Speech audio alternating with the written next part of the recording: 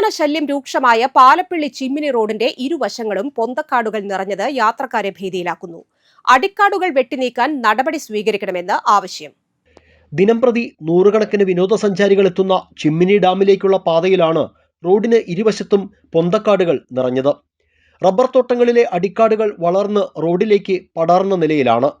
ഇതിനിടയിൽ വന്യജീവികൾ മറഞ്ഞിരുന്നാൽ കാണാൻ കഴിയാത്ത വിധമാണ് കാട് വളർന്നിരിക്കുന്നത്.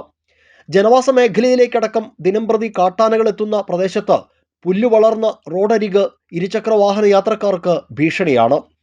ചിമ്മിനി ഡാമിലേക്ക് എത്തുന്ന വിനോദസഞ്ചാരികൾ പ്രകൃതി ദൃശ്യങ്ങൾ പകർത്തുന്നതും സെൽഫി എടുക്കുന്നതും ഈ പൊന്തക്കാടുകൾക്ക് സമീപത്ത് നിന്നാണ്. തോട്ടങ്ങളിലെ അടിക്കാടുകൾ വെട്ടിനീക്കാൻ അധികൃതർ ഉടമകളോട് ആവശ്യപ്പെട്ടെങ്കിലും റോഡിലേക്ക് പടർന്ന കാട് വെട്ടിത്തെളിക്കേണ്ടത് പൊതുമരാമത്ത് അധികൃതരാണെന്നാണ് തോട്ടം ഉടമകളുടെ വാദം.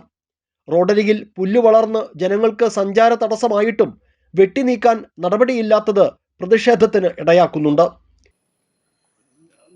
ആയിരക്കണക്കിന് വിനോദസഞ്ചാരികൾ വരുന്ന ഈ റോഡിൻ്റെ സൈഡിൽ നിന്ന് വിനോദസഞ്ചാരികൾ കാടിനോട് ചേർന്ന് നിന്ന് സെൽഫി എടുക്കുന്നത് വളരെയധികം അപകടം വിളിച്ചു വരുത്തുന്നതിന് തുല്യമാണ്.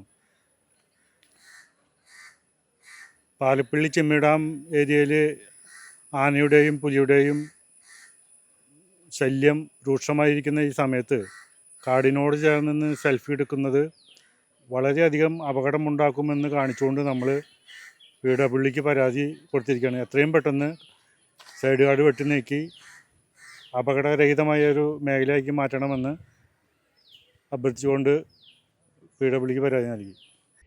പലയിടത്തും കാൽനട യാത്രക്കാർക്ക് സഞ്ചരിക്കാനുള്ള നടപ്പാതയില്ല. നടപ്പാത ഉള്ളിടത്ത് അവിടെയും പുല്ല് വളർന്നിരിക്കുകയാണ്.